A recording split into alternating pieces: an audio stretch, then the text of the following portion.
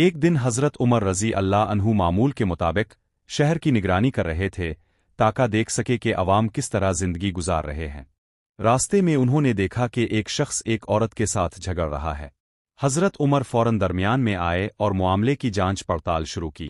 انہوں نے دونوں کی بات سنی اور عورت کے حقوق کا تحفظ کرتے ہوئے مظلوم کو انصاف دلایا۔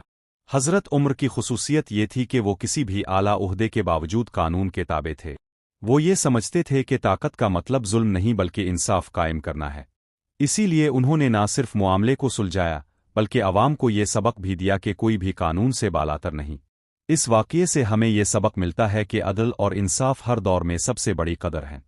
حضرت عمر رضی اللہ عنہ کی زندگی ہمیں یہ سکھاتی ہے کہ حقیقی حکمران وہ ہے جو اپنے اختیارات کا استعمال ظلم کے خلاف کرے، مظلوم کا ساتھ دے اور عوام کی بھلائی کے لیے کام کرے۔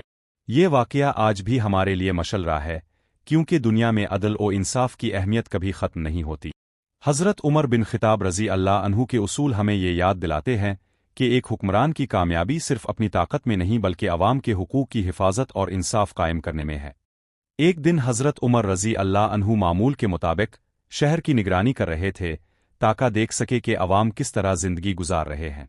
راستے میں انہوں نے دیکھا کہ ایک شخص ایک عورت کے ساتھ جھگڑ رہا ہے۔ حضرت عمر فوراً درمیان میں آئے اور معاملے کی جانچ پڑتال شروع کی۔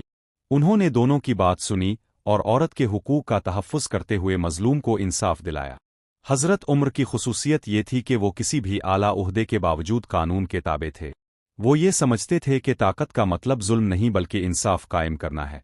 اسی لیے انہوں نے نہ صرف معاملے کو سلجھایا بلکہ عوام کو یہ سبق بھی دیا کہ کوئی بھی قانون سے بالاتر نہیں۔ اس واقعے سے ہمیں یہ سبق ملتا ہے کہ عدل اور انصاف ہر دور میں سب سے بڑی قدر ہے۔ حضرت عمر رضی اللہ عنہ کی زندگی ہمیں یہ سکھاتی ہے کہ حقیقی حکمران وہ ہے جو اپنے اختیارات کا استعمال ظلم کے خلاف کرے، مظلوم کا ساتھ دے اور عوام کی بھلائی کے لیے کام کرے۔